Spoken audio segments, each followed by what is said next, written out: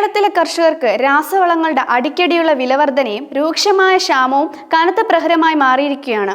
Factamfos, urea, potash, ammonium phosphate തുടങ്ങിയ പ്രധാന വളങ്ങൾ വിപണിയിൽ കിട്ടാനില്ലാത്ത സ്ഥിതിയാണ്. ഇത് കർഷക മേഖലയെ, പ്രത്യേകിച്ച് നെൽകൃഷി, റബ്ബർ, വാഴ, കപ്പ, തെങ്ങ്, പച്ചക്കറി കൃഷികളെ സാരമായി ബാധിക്കുന്നു.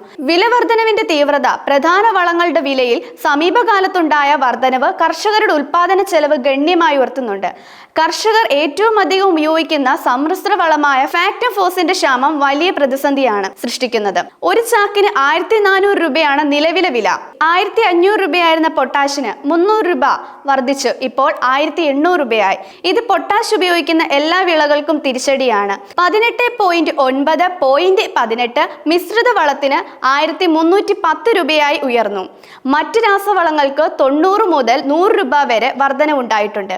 1 കിലോ യൂറിയയ്ക്ക് 266 രൂപയാണ് നിലവിലെ വില.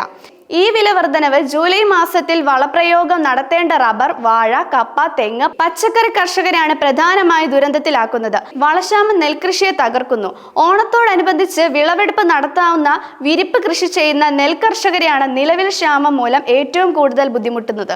വിരിപ്പ് കൃഷിയുടെ രണ്ടാം ഘട്ട വളപ്രയോഗത്തിന് ആവശ്യമായ വളങ്ങൾ ലഭ്യമല്ലാത്ത സ്ഥിതിയാണ്.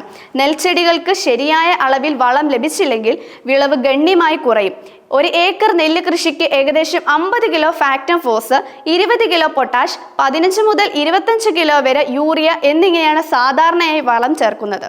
രണ്ടാം വളപ്രയോഗം കൃത്യസമയത്ത് നടത്താൻ കഴിയാത്തതിനാൽ പല കർഷകരുടെയും വിളവ് കുറയാനുള്ള സാധ്യതയുണ്ട്. സബ്സിഡി വളങ്ങളുടെ ലഭ്യതയും പ്രശ്നങ്ങളും സംസ്ഥാനത്തെ രാസവള വിതരണത്തിന്റെ 70% സഹകരണ ബാങ്കുകളുടെ വള ഡിപ്പോകളിലൂടെയാണ് നടക്കുന്നത്. സ്വകാര്യ സ്ഥാപനങ്ങളിലും സബ്സിഡി വളങ്ങൾ ലഭ്യമാണ്. എന്നാൽ മൊത്തത്തിലുള്ള ലഭ്യത കുറവ് സബ്സിഡി വളങ്ങളുടെ വിതരണത്തെയും ബാധിക്കുന്നുണ്ട്. വളപ്രയോഗത്തിന്റെ സമയം തെറ്റിയാൽ വിളവിനെ സാരമായി ബാധിക്കുമെന്നതിനാൽ രാസവളത്തിനായി കർഷകർ നെട്ടോട്ടമോടുന്നതാണ്. പ്രതിവർഷം 1 ലക്ഷത്തിലേറെ മെട്രിക് ടൺ പൊട്ടാഷ് ആവശ്യമുള്ള കേരളത്തിൽ ഇത്തവണ കടുത്ത ക്ഷാമമാണ് നേരിടുന്നത്.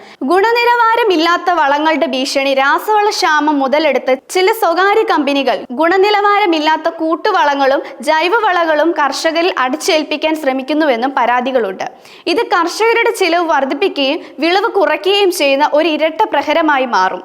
ഈ പ്രതിസന്ധിക്ക് സർക്കാർ അടിയന്തര പരിഹാരം കണ്ടെത്തേണ്ടത് അത്യാവശ്യമാണ്. അല്ലെങ്കിൽ ഇത് സംസ്ഥാന കാർഷിക ഉൽപ്പന്നത്തെയും കർഷകരുടെ ഉപജീവനത്തെയും ദോഷമായി ബാധിക്കും.